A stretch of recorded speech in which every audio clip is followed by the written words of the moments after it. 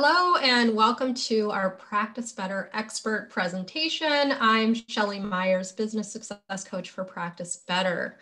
So today we're going to be learning all about storytelling, and we're going to dive into 3 stories to double your sales on your next webinar. So today we have a very special guest and storytelling expert with us. Kyle Gray is a world-class presentation coach, a story strategist, and an author who helps coaches, startups, and executives use storytelling to better communicate their unique value and improve sales with their audience. He combines timeless storytelling with cutting-edge marketing to ensure that you've got the right story to tell while presenting on a sales call or in convert conversation, both online and offline. So welcome, Kyle. We're so excited to have you here today. Hey, Shelly, it is so good to be back and spending time with the Practice Better community. I had such a good time. You were in our last event. BBE event. That was awesome.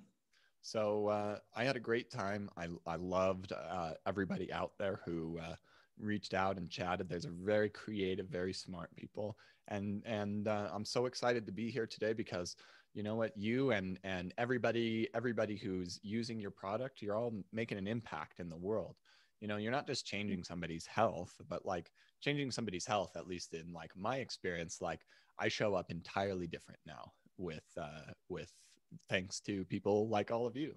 And so that doesn't only impact you, or like you don't only impact the people you heal, but they impact so many other people. And like, this is really changing the world, what all of you are doing. So I'm honored to be here and to be sharing with all of you today. Yeah. And I love what you guys do. So yeah, without any further ado, let's get to some storytelling.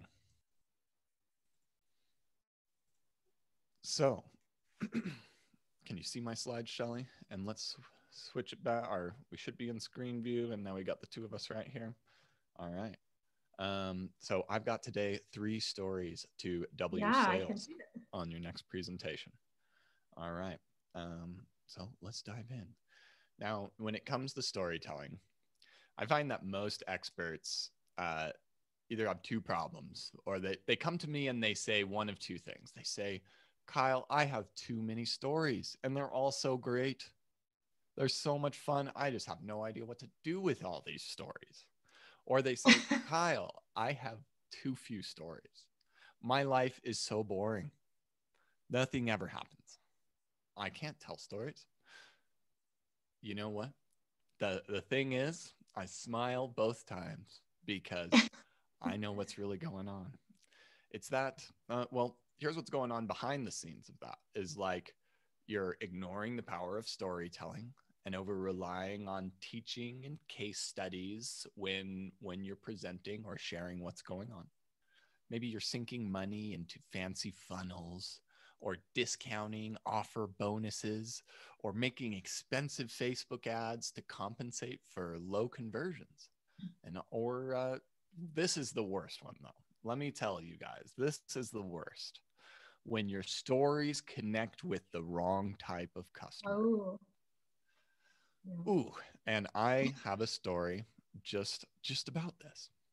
So I'm at an event in Las Vegas, and this is funny because at this point when this has been recorded in November of 2020, I feel the tiniest bit of nostalgia.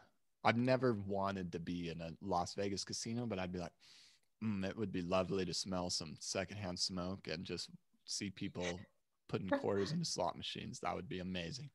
Just the world we're in right now. But anyway, so I'm going to just enjoy that. I'm in an event in Las Vegas surrounded by some of the great influencers and thought leaders. And a potential high ticket client that I've been speaking with is there. This man is well known in his space, has an established audience. He has a great track record with his clients. And for me, that's everything I'm looking for in a perfect client. He saw me speak a few weeks back, which is great. He's seen my expertise. Now, between talks at this event, we set up a meeting to finalize our plan on how we're going to work together.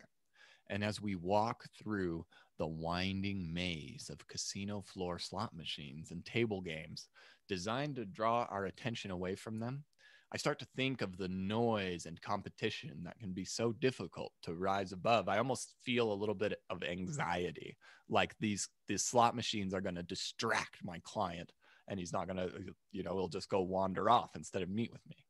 Anyway, we step outside of the noise of the casino floor in the lounge. This is my big moment, my opportunity.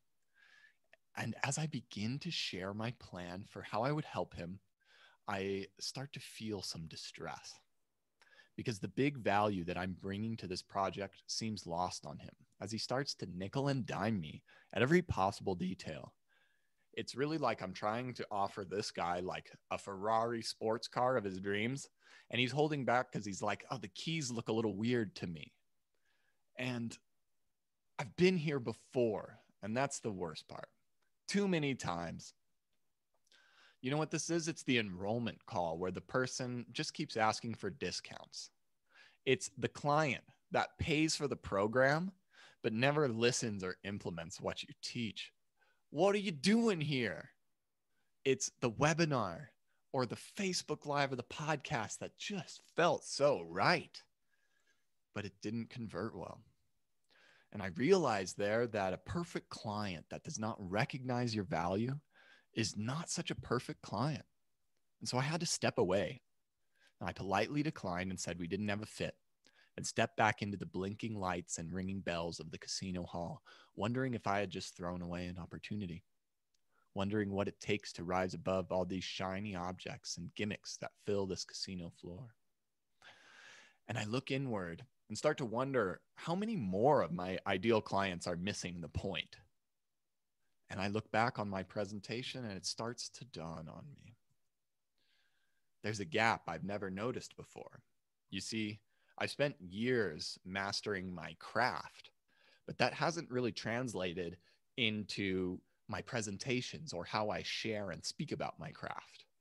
When I speak, I'm mostly winging it, relying on my experience and past results instead of structured storytelling and good teaching. I have a rough idea of what I want to say and mostly read off my slides, which are just filled with text. I never practice my presentation, and because of this, at best, I stay up late the night before and try and update or create something. You know, the irony in realizing this is almost comedic to me. The main tool that I use for enrolling new customers, a solid presentation, has become something where I just wing it. Would I trust an architect to build my house in this way? Would I trust my nutritionist to help me heal my autoimmune disease in this way? No. And it was in that moment that I realized my success, my impact, my value as a coach were directly linked to my ability to communicate that impact and value. I knew I was good to get to where I was at this level in my business. And what got me here was not what was going to take me to the next level. I needed a new plan. And so I started to learn all of the secrets of great presenting, how to do spoken word, storytelling, and great teaching, and how they all fit together to create trust, eliminate objections, and build the desire for the true value in what I do. I started investing in workshops and coaching and began studying the masters of persuasion and storytelling. I discovered how some of the aspects of my expertise created blind spots for me. But over the course of 5 years and a lot of costly and painful mistakes, I went from reading books on the topic to writing my own. I went from attending workshops and presentations and storytelling to hosting workshops of my own. I went from being coached to having coached hundreds of entrepreneurs and influencers just like you on how to increase their sales, enrollment, and engagement on their presentations with storytelling. And now, where I once had to deal with people asking for discounts and getting lost in the details, now I have clients that are delighted to pay premium prices to work with me. And where once I was winging it in my presentations, I now have a well-refined tool to attract new clients anytime I needed. Where I was once limited by my own communication, now it creates my biggest opportunities. And here's the thing, friends, as experts, we're always presenting. And whether we've got one listener or 1,000, our storytelling and presentation skills are always being put to the test. Now, here's the secret. As I believe that the biggest gap for entrepreneurs, experts in the health industry, and in almost any industry is not a tool, it's not a tactic, it's not training. It's sharing their story and brilliance in a way that gets results. So, this is what this presentation is all about. The 3 stories that you need to double your sales on your next presentation that you can put in and start naturally using in your speech, in how you communicate, in enrollment calls, in so many ways. These stories are going to change exactly how you think about how you teach and how you story tell. So let's dive into it. We're going to go through, well, first, let me give you a little overview. We're going to explore the unforgettable origin story first. This is how you introduce yourself in a powerful way that creates a human connection. You just experienced one of these. Next, we are going to discover success projection stories. These are going to balance your teaching out to make it so that you can create a powerful desire for your programs and overcome objections without over teaching and overwhelming your audience. And finally, an aligned ending story. How do we create this powerful emotional close to our story that leaves them feeling exactly the right feeling, which is, how do I work with you? All right. So again, whether you're on a presentation, a podcast, or social media, your first question your audience is going to face is this worth paying attention to? It's not time to jump into the teaching because they're not yet open to learning from you or taking in any information like this.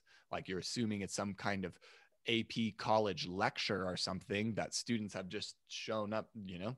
We've got to win them over first, friends. And so the unforgettable origin story is meant to share who you are, establish your credibility, and show us enough about your solution to make us want to stick around. And so here's what this can do for you, this particular story. Many of the people that we work with discount the value of opening with a story because oftentimes they feel their teaching is either so dang good that they should just jump right into it, or they think that their story is boring fluff that is just glazed over. And if you don't know how to properly use an unforgettable origin story, this may be true. But people need to connect with the essence of who you are. They need to know that they can trust you before they start learning from you. And once they connect with you as a person, it creates a new context for what you have to teach them that will keep your audience much more engaged through the rest of the presentation. While the story you tell is usually your story, the story is not really about you. It's about the listener. And as you share your journey, your audience will take a walk in your shoes. And hearing your unforgettable origin story is your audience's first opportunity to experience the transformation you create, the transformation that they're desperately seeking. So, how do we make an unforgettable origin story? It takes 3 ingredients, 3 acts, super simple, just 1, 2, 3. Everybody can do that.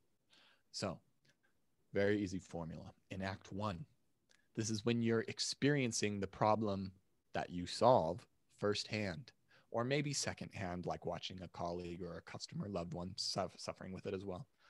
You share about the moment when you decided you weren't going to live like this anymore. Even though you didn't have it all figured out, you committed to finding a better way. In Act 2, you set out on a journey to figure out what this problem is. This is kind of like your montage. It illustrates a long process of costly and painful mistakes that you've gone through to figure it out. And what this will do for you is show like, hey, it's taken a long time for me to figure this out. And finally, you discover the secret in Act 3, and you use it to solve that nasty problem. And the struggle and pain that you described in Act 1 transforms into alignment, empowerment, what the audience is so desperately seeking in Act 3. And that's when you realize that this secret can help so many more people other than yourself. you can help people with the same problem. Kyle, So, yeah. what if I don't feel like I have any interesting stories to tell? Like, what if just they don't seem interesting to me? Mm-hmm. Well, so what we really need to think about is not necessarily what's interesting to you. We want to understand what's interesting to our audience. We want to pick the moment that is closest to what the audience is feeling right now, right before they want to work with us. And we need to use it in the language that they're using it and they're describing it. And the better you understand your audience, then you will start and exactly how they feel, then you will be able to recover stories. Because again, the thing is not to be like I had to jump out of a burning building, saving a baby kind of a story, right? Like I just walked through a casino is my whole story, right? There's nothing that really exciting in there. And it's a matter of making a story that people can come up to you and say the same thing happened to me. And so there's a little bit of vulnerability to be explored in here. And this is kind of one of the interesting places about this, because it's external storytelling. You need to use this as your strategic marketing. And if there's also this kind of inner value that is created and cultivated through storytelling. And also, like when you understand that, you can tell better stories, if that makes sense. So when you understand yourself, or people that feel like, hey, I just have boring stories, that actually might be the story that's the problem. And if you change that, then new things will open up for you. So anyway, yeah, that's a fun trick. So a great example of how you show the transformation is Nicole Jardim. She's a health coach like many of you. She came to me with the goal of launching a new book called Fix Your Period. She was working with a publisher, which meant she got a nice advance on the book. But it would be tough to make a lot of money on the launch with this book alone. With this in mind, we put together a group coaching program and a presentation to celebrate the book launch and invite readers to join the program. Nicole had presented many times in the past, but she had never used stories in this way before. Nicole's book, Fix Your Period, helps women with all kinds of period problems get back in control of their lives. Her story showed this transformation perfectly. Here's some of her quotes from her Act 3. So this will help you kind of envision and embody, like, oh, this is the feeling I'm looking for. All right, I'm Nicole. Within 45 minutes, I had answers to questions I was seeking for years. And for the first time, I had hoped that I was going to be able to address all of these problems. I went from feeling frustrated and defeated to feeling hopeful and encouraged and empowered. This was a pivotal moment for me because I was working in film production, my dream career at the time, and finishing up an extremely difficult Monday Night Football ad with Faith Hill. I was so proud of having worked on that and what I had achieved. And then it hit me. For the first time in years, my period problems did not get in the way of my work or my life. This presentation Nicole off. So this presentation and the power of the stories helped her sell out her group coaching program and have a $30,000 launch in the beginning of May of this year, in the depths of COVID, when nobody was buying anything. Wow. So awesome. This is the power of these things. And you can feel it, like in there, like, I can feel it. I felt it when she shared it with me. I was blown away by this story. And it's this emotional resonance. If people can feel that in what you're doing, then they'll feel it in that product that you want to offer them. That's the magic here. All right. So about to dive into Success Projector stories. Any other thoughts or questions, Shelley? What are some of the biggest misconceptions with storytelling in business, like that you've heard or that you experience? Again, I think like some of the some of the ones that this really speaks to, or at least the origin story really speaks to, is that just talking about myself, nobody wants to hear that. And again, it's like, that's okay. But if you create a story, you use a story from your own life and you're telling the truth, but you're weaving in the details of the customer's experience, you're creating a scene for them to walk in and experience. It's not at all about you, but you have to teach about you and who you are. You have to, it's about showing us, hey, I've been right where you are and I feel that pain that you're feeling right now. And I worked really hard to find a solution, and I have, and it's worked great for me. And now I'm here to offer that same thing to you.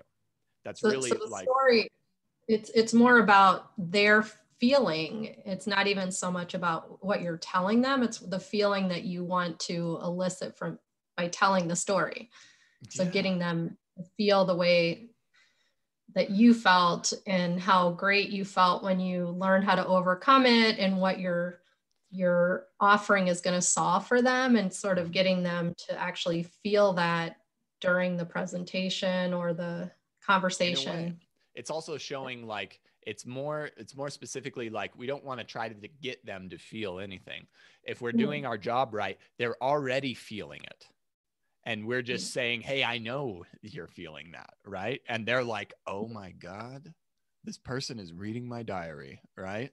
Like this little. But the feeling when they see you go, oh, and here's what I did and what I That's learned. exactly right. And then they may have not felt that sense of relief or vibrancy or whatever yet, but just by hearing your story and how And you instilling overcame some that, hope. Yeah. they kind of get a little twinkle of that feeling A little before twinkle. they've even experienced your solution. So they're like, That, oh, I got it. Yeah. speaking of little twinkles, that is the perfect segue into success projector stories. We're going to talk more about how to make those exact same things while we're teaching. So Okay.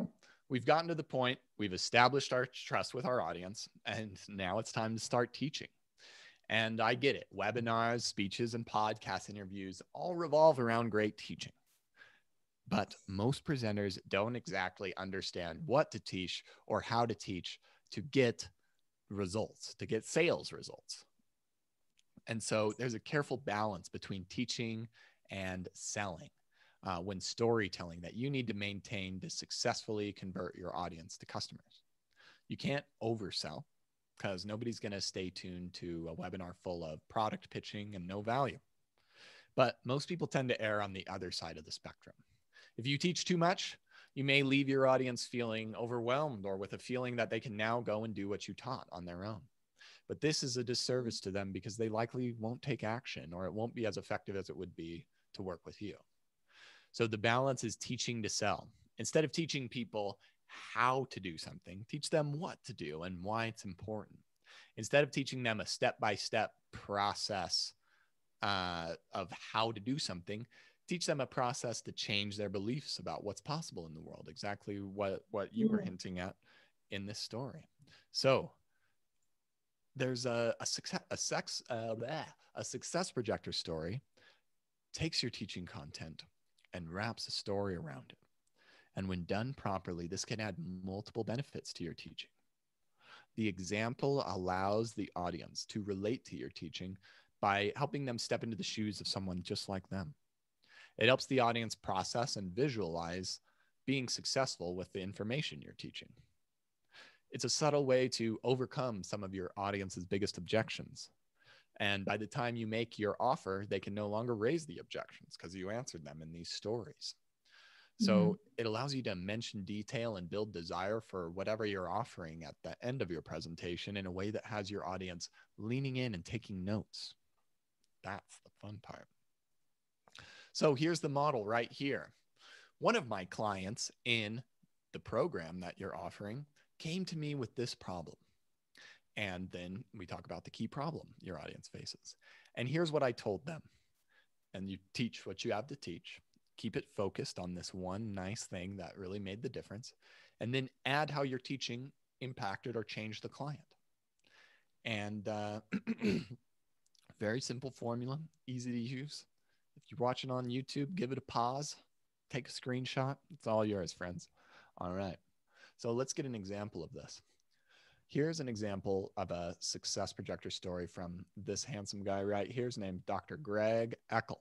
He's the leading naturopath in the US on neurodegenerative disease, plus one of the kindest and most brilliant people I know.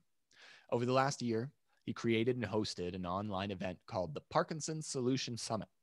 And he worked with me to create a presentation to turn those summit attendees into high ticket customers for his clinic in Portland. Now, let's be real here, friends. It's a big challenge to get a digital free subscriber open to traveling to Portland to spend somewhere around $20,000 with Greg. And we need to open his audience up to new possibilities with such a big thought.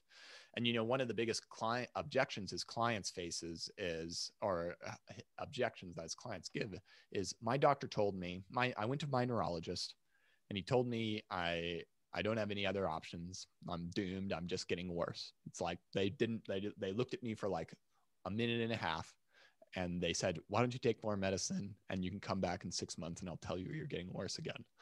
Great, buddy.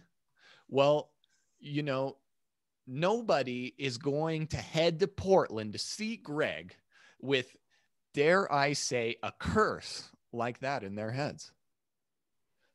So we crafted a success projector story to show his audience that there are possibilities beyond what their doctor may have told them or is even aware of. All right, I'm in Greg now. Whew. One of my clients, Bill, and of course we changed his name for privacy, came to my clinic after being tired of being told he was just getting worse after every doctor visit. With a few tests, we found that heavy metal toxicity was behind most of the symptoms, not Parkinson's disease, which means he was treating the wrong problem. And here's what we did. Bill left my clinic feeling much more empowered and in control of his health and had many new options for treatment. Greg off. This keynote and summit led to over $1 million in additional revenue for his clinic in 2020 when many other clinics were closing down. And this is what I'm talking about. If you get this teach to sell balance right, things have changed in his clinic where people used to be calling up and kicking the tires all the time. Now they're like, he has to disqualify them. Where people would be like, where he just used to be limited to his local area. Now people are coming from New Jersey to New Zealand to hang out with him. And it's all about these stories. So where did these people that flew out there, where were they hearing his story? Was he doing? He was selling an online summit, and he would run Facebook traffic to it every other month or so. And so he had, I can't remember how many speakers he had. He had like a 1-day summit. So maybe a dozen speakers, all experts on Parkinson's. Okay. And then he had his keynote speech, which is what we crafted, the main speech to encourage people to get on a call with him and talk about how he could help them. Awesome. Okay. Mm-hmm. So he was getting consistent sources of people who, once they had seen his summit and they had seen a lot of his things, their attitudes were absolutely different than people that were calling in before. Awesome. All right. So we're getting close. We're on aligned ending stories now. So this is the third phase of your talk. You give a call to action and you share the next steps. Now, there's a great deal of nuance that goes into making your offer beyond just the story. And it's a little bit outside of our conversation today. I work with people on this, but we're just going to talk about stories. So the aligned ending story that resolves your talk and leaves your audience with the right feeling or emotion you want to take them away. Because by now you've described your offer, you've told us the next steps, and please God, you've long since stopped any teaching. Especially you health people, I'm talking to you. You guys are the teachers, the over teachers. I know it. All right. Anyway, every story has a moral and a message within that story that gives it its meaning. An aligned ending story's moral emotionally guides your audience to the right decision. A good aligned ending story takes a moment from your life that has nothing to do with your work, your business, or what you've been teaching about, and leads us to the same moral. Here's a couple of example morals, and then we'll play with a couple of stories. First, take action now. And you talk about a time when you had an opportunity to do something cool. Maybe you got invited, to go on a road trip with a couple of friends. They're like, come on. Or lots of things. And you resisted at first, but then you did it and it changed your life and you are so glad you did. Or hire an expert. Everyone has a good example of these. Talk about a time when you tried to solve a problem on your own. Usually this falls into the installing a new toilet, fixing a dishwasher. Almost everyone has a home improvement story that is worth $1 million. And we'll explore one in just a sec. Or try something new. Talk about how you always did something one way and then realize there was a new and better way. One of the things that I've told this story of, like, when you're in the West or in the United States or Europe, people use forks and knives one way. And then in Asia, or particularly in Thailand, they use forks and knives totally different. And I just talked about that. It's kind of it's like a weird little thing, but I actually found I liked the Thailand fork and knife style. Anyway, so you share a story like this, and then you close as if you're realizing the parallel between that story and what your audience is experiencing right now. It was then that I realized how much money I could have saved by hiring an expert. So let's dive into this.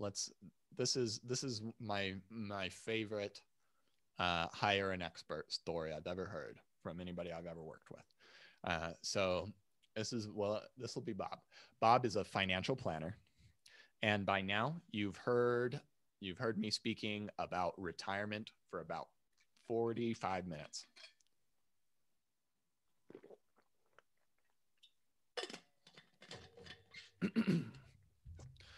Bob.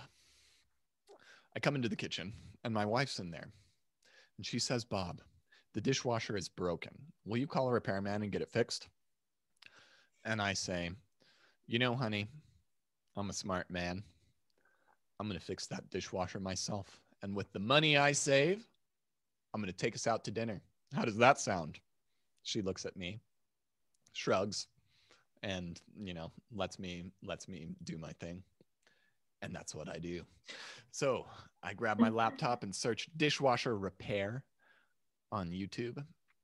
And I'm looking around. I'm in my dishwasher and I'm going in there and I'm take this piece off and I'm seeing this thing, but this one just won't and snap. And now it's really broken. I peek over the counter, hoping my wife has left and didn't see what just happened. And she's there shaking her head. She hands me the phone. Repairman already dialed. I call him. I bring him over. And repairman comes in, sees the dishwasher, sees my little broken piece, changes it out, and then closes it up and says, Kyle, you're all good to go. Dishwasher's fixed. Actually, I don't know why I said Kyle. I'm Bob. I was like, repairman, you're confused. Anyway, I say, wait, repairman, the dishwasher was broke before I broke it. Did you fix that too? He says, Bob, you were just putting too much soap into the dishwasher. All right, you get them here. They're like, ha, ha, ha, what a funny story. I enjoyed it. And then all of a sudden it hits you. Oh my God, there's a truth behind this. Here's what it sounds like. I only tried to fix a dishwasher once in my life. And I learned how valuable it was to hire an expert, a repairman who fixes dishwashers every day. And I could have saved a lot of money if I just would have called him in the first place instead of breaking my own dishwasher. you're only going to plan your retirement once in your life. I help people plan their retirements every day. And imagine how much more money I can save you than a repairman on a quick dishwasher repair. How much more important of a decision this is. So I hope you will join me in hiring an expert for this most important journey of your life. Thank you. And then you leave and they go buy the stuff. Yeah, it's nice. It's fun. It's very, it's like, it leaves them with just this good impact emotion. Well, I know a lot of our community, now some of them are really good at sales and they don't look salesy or act salesy, but a lot of them feel like kind of sleazy if they think they're trying to sell, if they're in a sales mode or something. So what kind of tips, or do you have any well, that's say what to help I them feel. not feel sleazy? I think that's what this has been all about, is like, because of putting these 3 stories in, it minimizes how it allows you to conduct your sales in a way that's authentic, in a way that's fun, in a way that's you. That's exactly you. These are your stories, your style. When I work with somebody, I bring out their style, not my style, because and we tailor it to you. And so it allows you to be authentic. Sales have been happening like, this whole presentation. Like I've been discussing in the same way. I work with people one-on-one. I help them with keynote speeches and I get great results for them. And all of that about me. And I wasn't being sleazy. I was being generous. I was being helpful. I was having fun. We were all having a good time. And all of that was happening. And so because of that, like when you have the right stories, you can do sales in a way that's authentic and fun, and in a way that enhances your teaching. And so you can use these stories in your strategic teaching. And then the amount of sales that you have to do at the end of a presentation, it changes it. It's much shorter. You say, hey, I have this program. You can sign up or not. Here's what happens when you do. And then you leave them with one of these nice stories. And so you don't have to like be pushing them or anything like that. And by the time you get to the story, or by the time you get to the offer, if you're doing your stories right, they're not saying, oh, now they're going to pitch me. They're saying, wow, I thought you would never ask. That's awesome. Are there any like common mistakes that you're seeing with your clients that seem to be, you see time and time again, that you have any tips for to overcome? I would say like one of the biggest things, particularly, all of my clients do this. They feel a desire to teach, like just teaching as much information as possible. And there's a couple of mistakes happening here. One is they're so immersed in their expertise that it's difficult.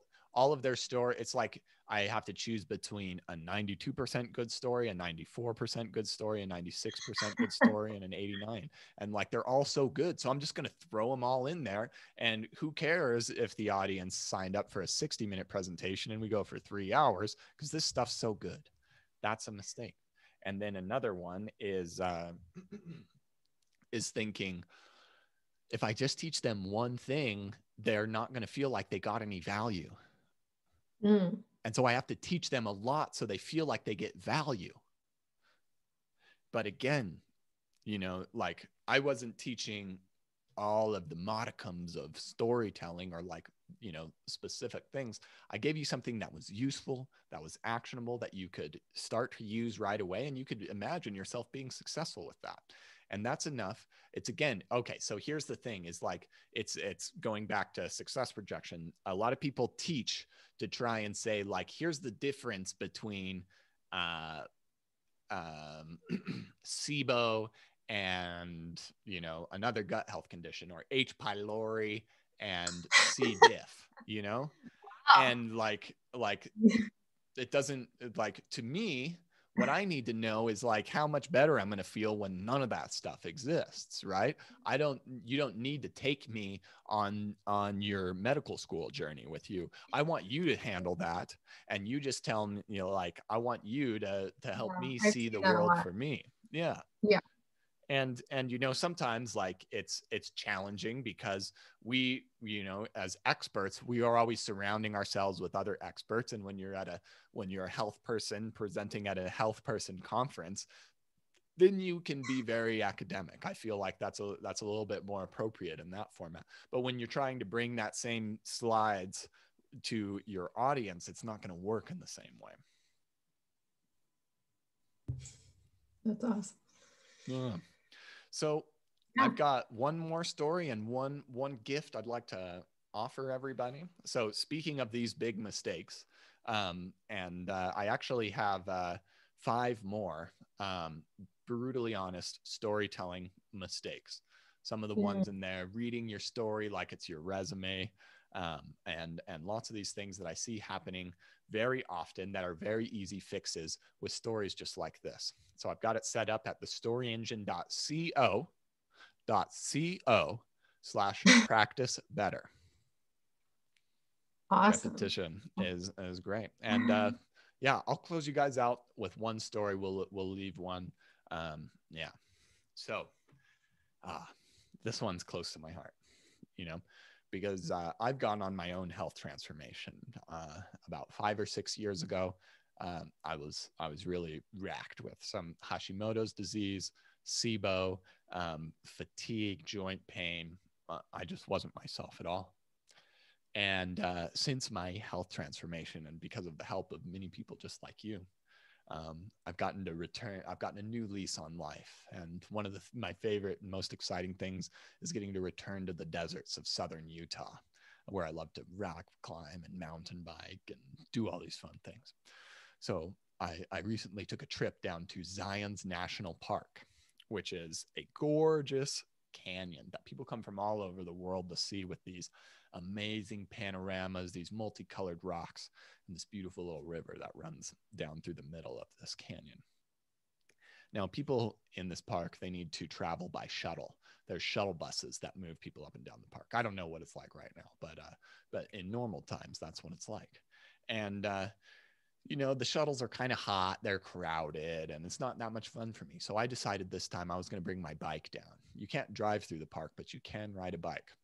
So I rode my bike down the road and had a totally different experience than everybody going to the crowded shuttle stops. I got to see this herd of deer running through the valley. I got to dip my feet in the river and just enjoy my time. And I kept riding deeper and deeper in a spot that was far away from any of the other shuttle stops. And I find this little canyon. I go up it, and there's this waterfall nestled between 2 cliffs. It's like this desert oasis of sparkling water, lush ferns, and trees that shaded me from the hot desert sun. And the amazing thing is of this, in this park, that people come from all over the world to see. I think this is one of the most beautiful places. And the thing is, like, I look down behind me into the canyon below, and I see these shuttle buses passing one by one. And nobody inside is realizing that they're missing out on this hidden gem. And a lot of you out there are also hidden gems. And we could make such an impact if they knew that you were out there. Stories help people know that you're out there. And it's time to let the world know that you're out there. So join me, and let's let the world know that you're out there. Thank you. Awesome. Thank you so much, Kyle. Woohoo. Yeah. That was so great. So if anyone in our community wanted to connect with you and maybe learn more about how you could help them, can they just go to your website and connect with you there? Yeah, thestoryengine.co. You can find me at Kyle@thestoryengine.co. If you'd like to email me, you can find me on Facebook or Instagram. I'm highly active on those as well. Always having fun. So yeah, or this is one of the great options right here is you can find a way to get in touch with me and schedule a call with me through this guide and this link right here at storyengine.co/ practice better. Awesome. Well, thank you so much, Kyle. We really appreciate you sharing your expertise, and we can't wait to hear more in the future from you. So thanks again, and I hope everybody has a great day, and we'll see you soon. Thanks, everyone.